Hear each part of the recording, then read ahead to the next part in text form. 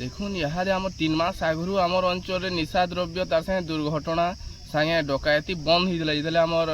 পুরুনা আমার আইআইসি আজ্ঞা ডোলামণি নাইক আজ্ঞা ଥିଲେ তাঙ্কর কার্যকলাপরে ইহাদে নূয়া ম্যাডম আইসন কারণ ম্যাডম আসলে কি তো ফের যেন হিসাবে চোরা মদর চালান চালুছে তার সাথে জুয়া তার সাথে ইহাদে সোশ্যাল মিডিয়ারে বি আমি দেখবা লাগি পাউছি অনলাইন উপরে সটা চালান তার সাথে এই এরিয়ার ভবিষ্যৎ কাଣା হবে যে আমি বি জানি না পারবার তার যদি যুবপিঢ়ি যদি